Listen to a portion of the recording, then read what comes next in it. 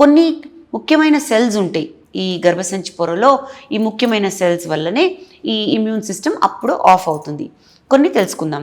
Uterine natural killer cells అని ఉంటాయి. వీటి పేరు కిల్లర్ సెల్స్ ఉన్నా ఇవి కిల్లర్ సెల్స్ కావు. ఇవి సపోర్టివ్, డిస్ట్రక్టివ్ కాదు. దీనివల్ల బ్లడ్ వెసల్స్ యాక్టివేట్ అవుతాయి. అంటే మాయాలో బ్లడ్ వెసల్స్ ఉండాలి కదా బేబీ గ్రో అవ్వాలంటే. సో ఆ గ్రోత్కి ఇది చాలా ఇంపార్టెంట్.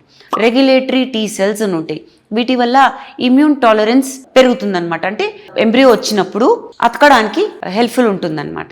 మ్యాక్రోఫేజెస్, వీటి వల్ల బ్లడ్ సెల్స్ అనేవి రీమోడల్ అవుతాయి. అక్కడ డెబ్రీ తయారవుతుంది కదా తవ్వేటప్పుడు, అది క్లియరెన్స్ అవుతుంది అనమాట. సో ఈ సెల్స్ ఇంబ్యాలెన్స్డ్ ఉన్నప్పుడు, ఓవర్ యాక్టివ్ ఉన్నప్పుడు లేదా అండర్ యాక్టివ్ ఉన్నప్పుడు ఇంప్లాంటేషన్ జరగదు. సో మనకి ఇంపార్టెంట్ విషయం ఏంటంటే ఇమ్యూన్ యాక్టివేషన్ మరీ ఎక్కువ ఉన్న ఎంబ్రియో రిజెక్ట్ అవుతుంది. ఇమ్యూన్ సప్రెషన్ మరీ ఎక్కువ ఉన్న మాయా అనేది పెరగదు.